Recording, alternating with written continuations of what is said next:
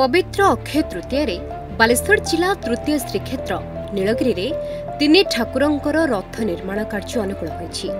आज वनजोग विधि पूजा करिसेंती कुलपुरोहित।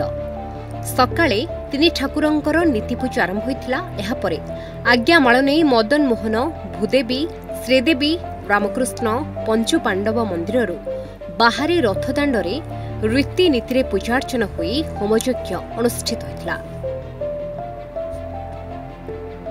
नीलगिरी ठाकुर महाल तरफ उपजिलापाल शुभश्री रथ और तहसिलदार सोनम दास पूजा कार्य रही वंदापना करने पर अखरे चक भिड़ा जाइथिला।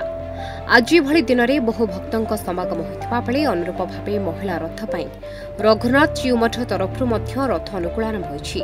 एनएससी चेयरमैन महेंद्रनाथ बेहेरा सामिल होता बेले नीलगिरी में पूरी रीतिनीति अनुसार पूजार्चना होता बेले महाप्रभुଙ୍କ रथयात्रा 3 दिन धरी अनुष्ठित होता है। सर्वेषां सर्वदेवानां राजश्री पुरुषोत्तमं सर्वेषां सर्वक्षेत्राणां राजश्री पुरुषोत्तम। जय जय जगन्नाथ जय जय जगन्नाथ जय जय जगन्नाथ। कालिया शांत पदारविंद्र कोटि कोटि जुआर मणिमा कोटि कोटि जुआर। आज हूँ महाप्रभुंकर पवित्र अक्षय तृतीया दिवस।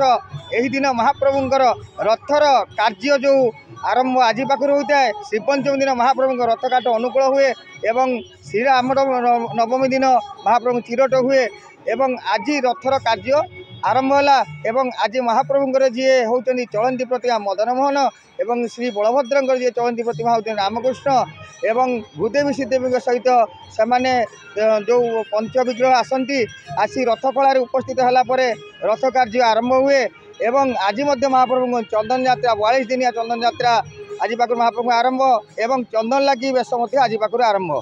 आज हूँ सत्य जुगर कहुए अयारंभ दिवस। आज जो दिन में दान पुण्य इत्यादि करा जाए से केबे क्षय हुए ना एवं महालक्ष्मी सब अशेष कृपा लाभ होता है। Nilgiri Satyavrat महालिकों report news टुडिया।